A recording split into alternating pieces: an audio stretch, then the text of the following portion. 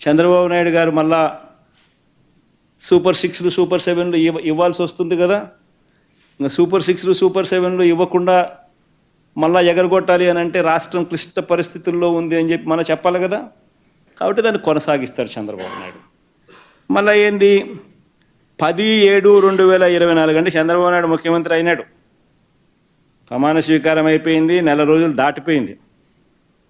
జూన్లోనే ప్రమాణ స్వీకారం చేశాడు, జూన్ 4 ఎన్నికల రిజల్ట్స్ వచ్చాయి. ఇది 10/7/2024 చంద్రబాబు నాయుడు అధికారంలోకి వచ్చిన తర్వాత ఆర్థిక శాఖ రివ్యూ చేస్తూ రాష్ట్రం అప్పులు 14 లక్షల కోట్లు అని చెప్పి లీక్ ఇస్తాడు.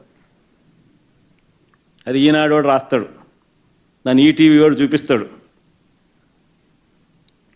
దాని తర్వాత 22/7/2024 అంటే ఇది బడ్జెట్ పెట్టాడు. బడ్జెట్ పెడితే ఇవన్నీ వాస్తవాలు బయటకు వస్తాయి కదా, అప్పులు ఎంత ఉన్నాయో తెలిసిపోతాయి కదా ప్రజలందరికీ కూడా, చెప్పక తప్పని పరిస్థితి కదా. కాబట్టి బడ్జెట్ పెట్టాడు. ఎందుకంటే చంద్రబాబు నాయుడుకి ఇంకా కారణాలు కావాలి. సూపర్ 6 ఎగరగొట్టాలి, సూపర్ 7 ఎగరగొట్టాలి.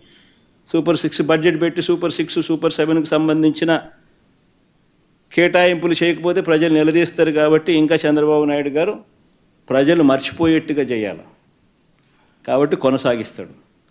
22/7/2024 గవర్నర్ గారి ప్రసంగం అసెంబ్లీలో.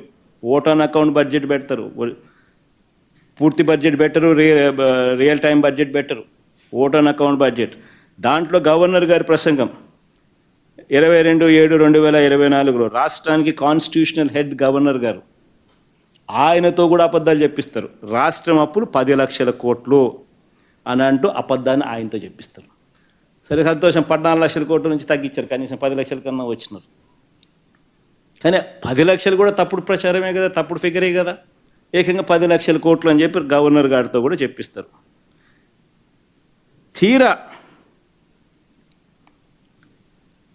మళ్ళా ఈ మాట చెబుతూ ఇక్కడ వెరీ ఇంట్రెస్టింగ్, ఈ మాట చెబుతూ చంద్రబాబు నాయుడు గారు అదే ఓట్ ఆన్ అకౌంట్ బడ్జెట్ ప్రవేశపెడుతూ చంద్రబాబు నాయుడు గారు మాట్లాడిన మాటలు ఒకసారి విందామా. అది కూడా ఎంత గొప్పగా చంద్రబాబు నాయుడు గారు మాట్లాడతారంటే ఒకసారి ప్లే చేయండి అబ్బా.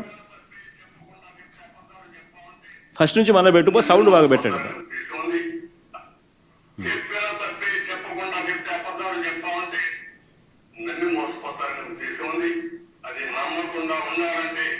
మనం కూడా బాధ్యతగా ప్రజా చైతన్యం తీసుకొస్తే ఇలాంటి సమస్యలకు ఒకే దేవుడు, అది ప్రజా చైతన్యం అని కూడా అందరికీ. సూపర్ 6 సూపర్ 7కి సంబంధించిన సూపర్ 6 చెప్పాం, చూస్తే భయం వేస్తాం, ముందు కదలలేకపోతాను. ఈ విషయాలు రాష్ట్ర ప్రజానికి కూడా ఆలోచించాలి, సీరియస్ గా ఆలోచిస్తే తప్ప ఈ సమస్యగా ఎప్పుడు ఉంటగానే ఎప్పుడు ఏ నాయకుడు పబ్లిక్ లైఫ్ ఉండే నాయకుడు ప్రజా జీవితంలో నాయకుడు ఉన్న నాయకుడు బాధ్యతగా ఉండాలి. మన ట్రస్టీ పెద్దలకు కాదు, చెప్పిన తప్పే చెప్పకుండా చెప్తే అబద్ధాలు చెప్పాలి. చంద్రబాబు నాయుడు గారు గవర్నర్ చేత అబద్ధాలు ఆడిచ్చి అదే దాంట్లో ఆయన ఏమంటాడు, ఆవేదనగా ఉందంట. ఎందుకనంటే ఆయన చేయలేకపోయే పరిస్థితులు ఉన్నాయంట రాష్ట్రంలో. ఇంకేమన్నాడు, వాళ్ళ రోజంత ఒక్కరో ముందుకు వచ్చి పెట్టు సరే, అది భలే ఇంట్రెస్టింగ్గా అంటాడు. ఇలాంటి సమస్యలకు అది ప్రజా చైతన్యాన్ని కూడా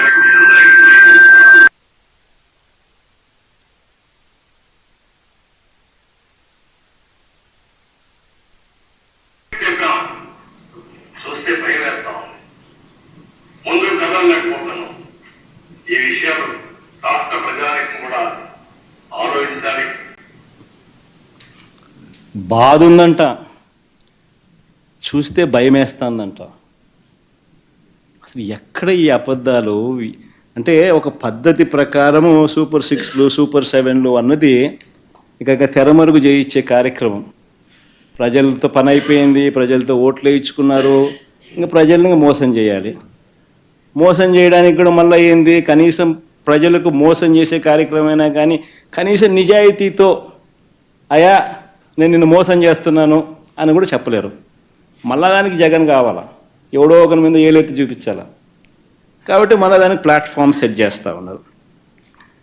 బడ్జెట్ పెడితే ఎక్కడ నిజంగా అప్పులు ఎంత ఉన్నాయి, రాష్ట్రానికి ఎంత అప్పులు ఉన్నాయో చూపించాలి, తెలిసిపోతుంది.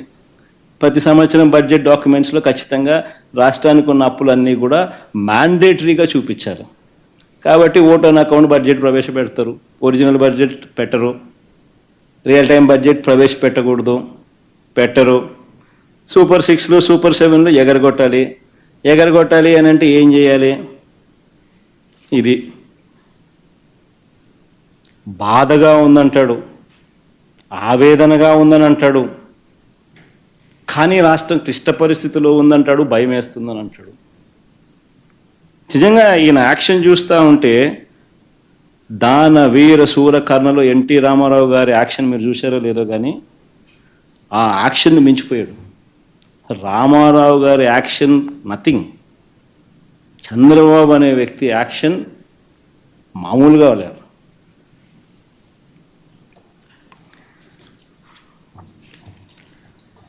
నిజంగా ఆశ్చర్యం కలిగించే విషయాలు ఇవన్నీ కూడా నేను ఏదైతే చెప్తా ఉన్నా. ఇప్పుడు తీరా రాష్ట్రానికి అప్పులు ఎంత ఉంటాయి? ఇప్పుడు బడ్జెట్ ప్రవేశపెట్టినారు కదా, వాళ్ళ బడ్జెట్ డాక్యుమెంట్లే చూద్దాం. వాళ్ళు ప్రవేశపెట్టిన బడ్జెట్ డాక్యుమెంట్ 2024-25. మరి ఇంత బిల్డప్ ఇచ్చినారు, ఇంత పద్ధతి ప్రకారం పథకం ప్రకారం బురద జల్లే కార్యక్రమాలు చేసినారు, ఆర్గనైజ్డ్ క్రైమ్ చేసినారు. ఈ ఆర్గనైజ్డ్ క్రైమ్ నేపథ్యంలో నిజంగా వాళ్ళు ప్రవేశపెట్టిన బడ్జెట్ డాక్యుమెంట్లో రాష్ట్రానికి సంబంధించిన అప్పులు ఎంత ఉన్నాయి ఒక్కసారి చూద్దాం. వాళ్ళ బడ్జెట్ డాక్యుమెంట్స్ని ఒకసారి చూపించాము. ఒకసారి బడ్జెట్ డాక్యుమెంట్ ఇది పేజ్ నెంబర్ 14, పేజ్ నెంబర్ 16 స్వయంగా చంద్రబాబు నాయుడు గారు ప్రవేశపెట్టిన వాళ్ళ రాష్ట్ర బడ్జెట్ డాక్యుమెంట్స్. దీంట్లో ఒక్కసారి గమనిస్తే పబ్లిక్ డెట్ 2018-19 నాటికి పబ్లిక్ డెట్ అంటే అప్పులు.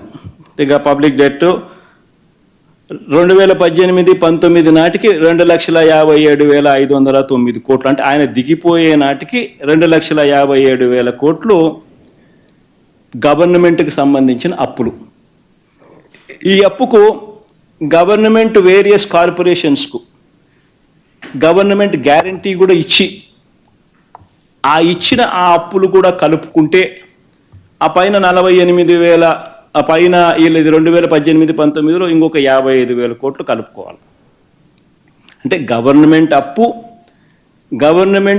గవర్నమెంట్ కార్పొరేషన్లకు సంబంధించి గ్యారంటీ ఇచ్చిన అప్పులు, which actually becomes the det of the state government. అంటే గవర్నమెంట్ స్వయంగా తీసుకున్న అప్పులు, గవర్నమెంట్ పూచీపడ్డ అప్పులు, ఈ రెండు డెట్ అంటారు. ఈ రెండు డెట్ చూస్తే చంద్రబాబు నాయుడు గారు దిగిపోయే నాటికి 2,57,000 కోట్లు ప్లస్ ఈ 55,000 కోట్లు అంటే 3,13,000 కోట్ల రూపాయలు చంద్రబాబు నాయుడు గారు దిగిపోయే నాటికి అప్పులుంటే, మా ప్రభుత్వం వచ్చేసరికి ఆ అప్పులు వీళ్ళు చూపించిన దాని ప్రకారమే 4,90,000 మా ప్రభుత్వం దిగిపోయే నాటికి గవర్నమెంట్ అప్పులు 4,91,774 కోట్లు ప్లస్ గవర్నమెంట్ పూచీపడ్డ అప్పులు 1,54,000 కోట్లు. అంటే రెండే కలిపితే 6,46,000 కోట్ల రూపాయలు. అంటే వాళ్ళ చంద్రబాబు నాయుడు హయాంలో 3,13,000 కోట్లు ఉన్న అప్పులు మా హయాంకి వచ్చేసరికి, మా హయాం అయిపోయేసరికి 6,46,000 కోట్లు అప్పులుగా వాళ్ళంతకు వాళ్ళే చూపించడం జరిగింది. మరి ఎక్కడ 14 లక్షలు, ఎక్కడ 11 లక్షలు, ఎక్కడ 12.5 లక్షలు, ఎక్కడ 10 లక్షలు, చివరికి వచ్చేసరికి 6,46,000 కోట్లకు తెంచినారు.